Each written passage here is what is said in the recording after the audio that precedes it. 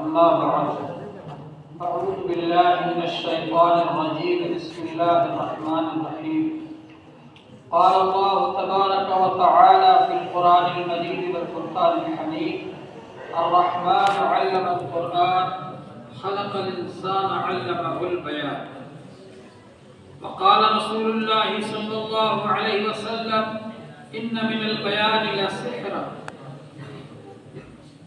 علم برداران اسلام، اساتذہ کرام، عزیز طلبہ، ابنائے جامعہ، اللہ جل شانہ کا بڑا فضل و کرم ہے اور اس کا انعام و احسان ہے کہ اس نے ہم لوگوں کو یہاں پر جمع فرمایا۔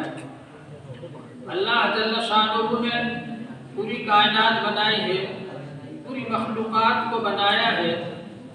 ان مخلوقات میں حیوانات بھی ہیں، ان کے بھی اپنے اپنے بولنے کے انداز ہیں، بولنے کے طریقے ہیں، لیکن ان سب میں اللہ تعالی نے انسان کو اشرف المخلوقات بنایا اور انسان کو اللہ جل شانہ نے حیوان ناطق بنایا، یعنی یہ سوچ سمجھ کر بولتا ہے، یہ معنی دار الفاظ بولتا ہے، یہ ایسے انداز میں بولتا ہے کہ نہ صرف یہ کہ اپنے معافی ضمیر کی تعبیر کرتا ہے بلکہ دوسروں پر اس کی بات اثر انداز ہوتی ہے۔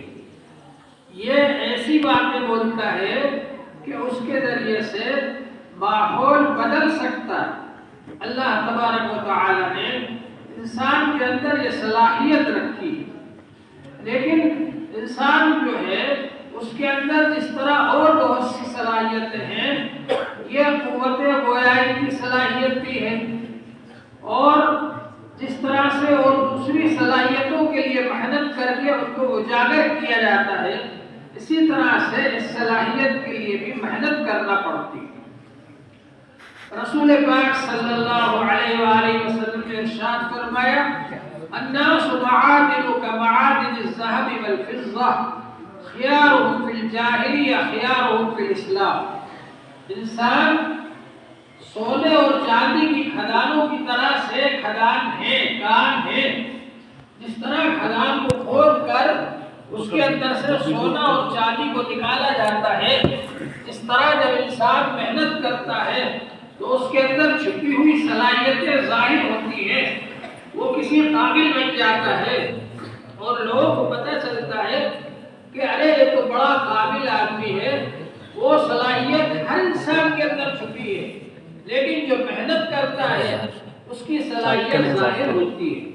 تو اللہ جل شانہ نے انسان کے اندر قوت گویائی کی صلاحیت رکھی اور یہ ارشاد فرمایا خلق الانسان علمہ البیان۔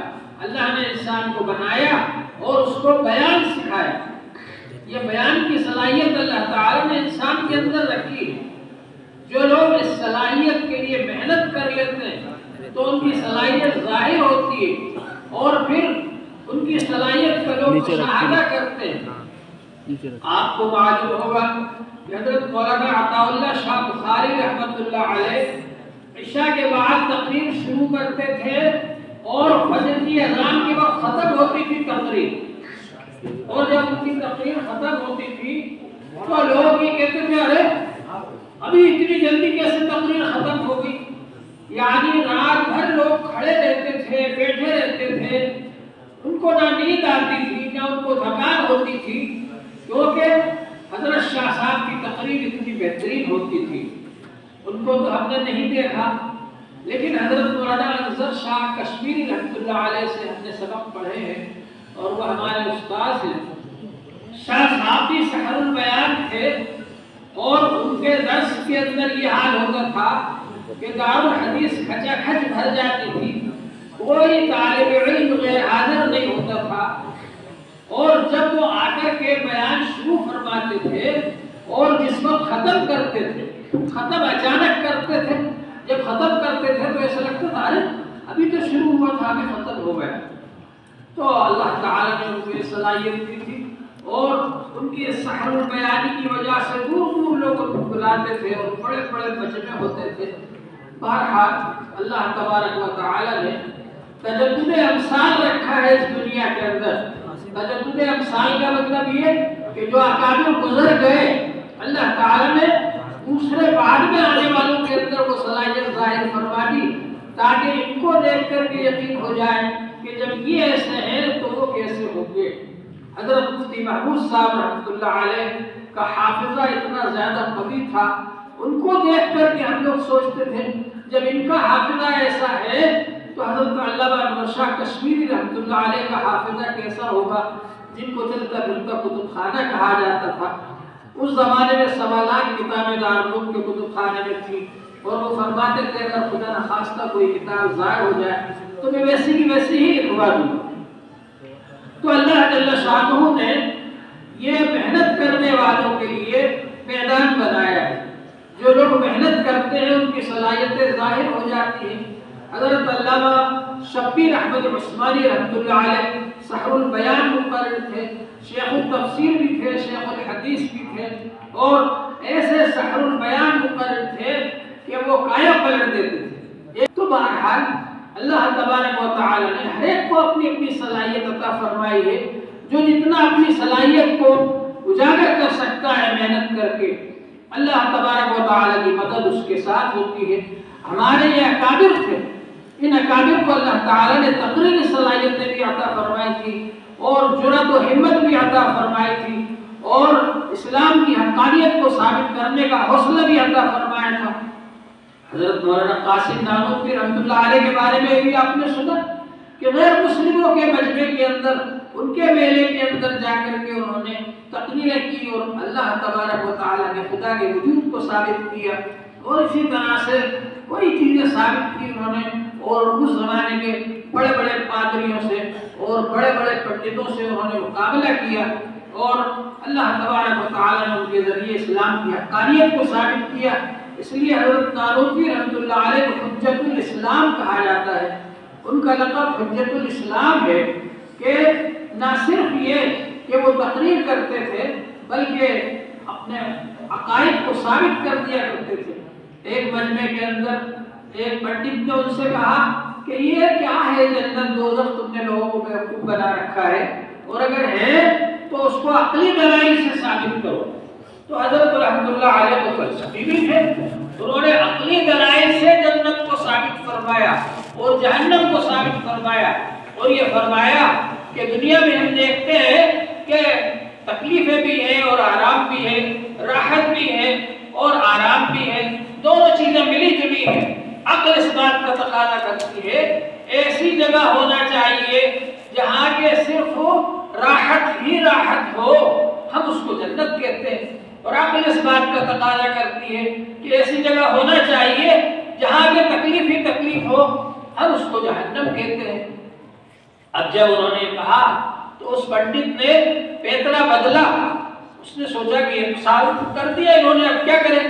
تو اس نے کہا ارے حضرت آپ تو خیر فلسفی آدمی ہیں، آپ نے سائنٹیفک تقریر کر دی لیکن ایسا ہے نہیں۔ جب اس نے یہ کہا کہ ایسا ہے نہیں تو اللہ والے جو ہے وہ شریعت اور طریقت اور اس سے آگے حقیقت ہے، حقیقت بھی ان کو حاصل ہوتی ہے۔ تو حضرت نے جہاں کھڑے ہوئے تھے اسٹیج پر اس سے تھوڑا سا پیچھے ہٹ کر کے اس کا ہاتھ پکڑ کر اپنی طرف کھینچا، لیکن جیسے ہی اس کا ہاتھ پکڑ کر کھینچا وہ ہاتھ چھوڑا کر بھاگ گیا۔ اور اس کے بعد جب اس کے لوگوں نے پوچھا کہ رے تم نے سب کو رسوا کر دیا، تم بھرے مجمع میں سے اسٹیج سے اتر کر کود کر بھاگ گئے، تو ان لوگ اس نے کہا کہ جب مولانا نے میرا ہاتھ پکڑ کر کھینچا تو ان کے درمیان اور میرے درمیان ایک بہت بڑا گڑھا نظر آیا جس میں آگ جل رہی تھی، اور مجھے اندیشہ ہوا کہ اگر میں ہاتھ چھڑا کر نہیں بھاگوں گا تو یہ مجھ کو اس گڑھے میں ڈال دے گی۔ تو حضرت نے اپنی بزرگی کے ذریعے سے اس کو حقیقت بتلا دی کہ جہنم یہ ہے۔ جب اس نے کہا کہ آپ نے تقریر تو کر دی لیکن حقیقت میں ایسا نہیں ہے، تو حضرت نے اس کو حقیقت بتلا۔ تو ہمارے اکابر نے بڑے بڑے مناظرے کیے، اور ابھی جیسا کہ تعلیم میں مناظرہ ہوا تو یہ بھی مدرسے کے طالب علم، مدرسے کے پڑھے ہوئے، لیکن اللہ تعالیٰ نے ان کے ذریعے سے اللہ کے وجود پر مناظرے میں ان کو کامیابی عطا فرمائی۔ یہ سب کیا ہے؟ مدرسے میں رہ کر کے جو لوگ اپنے وقت کو قیمتی بناتے ہیں، محنت کرتے ہیں، اساتذہ سے تربیت حاصل کرتے ہیں، تو اللہ تبارک و ان سے بعد میں پھر بڑے بڑے کام لیتا ہے۔ ضرورت ہے اس بات کی کہ آپ اس لائن میں بھی اور زیادہ محنت کریں۔ ماشاءاللہ طلبہ نے اچھے بیانات کیے اور تقریریں اچھے انداز میں کی، اس پر مجھے خوشی ہے، اور الحمدللہ میں یہ سمجھتا ہوں کہ ہمارے طلبہ اچھا کام کر رہے ہیں، محنت کر رہے ہیں، اور یہ آگے جا کر کے انشاءاللہ دین کی خدمت کریں گے انشاءاللہ۔ اصل چیز کیا ہے کہ دین کی حفاظت جو ہے، ہمارے بزرگوں نے جو دین کی حفاظت کی، اب اس کا بوجھ ہمارے کندھوں پر ہے، اور یہ زمانہ پچھلے زمانے سے زیادہ خطرناک ہے۔ ایک وہ زمانہ تھا جبکہ ہندوستان کے اندر انگریزوں کی حکومت تھی، اور انگریز لوگ پادریوں کو بلوایا کرتے تھے لندن سے اور برطانیہ سے، اور یہاں پر وہ پادری لوگ اسلام کے خلاف اعتراضات کیا کرتے تھے۔ ایک پادری فنڈر یہاں پر آیا، اور وہ ان کا بہت بڑا پادری تھا، اور اس نے آ کر کے ایسے اعتراضات کیے کہ ان کا کوئی جواب نہیں دے سکتا تھا۔ حضرت مولانا رحمت اللہ کیرانوی صاحب کو اللہ تعالی نے اس کام کے لیے منتخب فرمایا، اور حضرت مولانا رحمت اللہ کیرانوی صاحب نے آگرے میں اس سے مناظرہ کیا، پنڈت سے، اس سے پادری سے، اور اس کو لاجواب کر دیا۔ نتیجہ ہوا کہ وہ یہاں سے بھاگ کر کے اور ترکی چلا گیا۔ حضرت رحمت اللہ علیہ مولانا رحمت اللہ صاحب کے خلاف انگریزوں نے وارنٹ جاری کر دیا، جہاں بھی وہ پکڑ کر لایا جائے ان کو، تو وہ یہاں سے ہجرت کر کے مکہ شریف چلے گئے، اور مکہ شریف میں خاتون تھی سولت بیگم، انہوں نے ان کو زمین دے دی مدرسہ قائم کرنے کے لیے۔ آج بھی وہاں پر مدرسہ سولتیہ موجود ہے، تو وہاں پر وہ قیام فرمانے لگے۔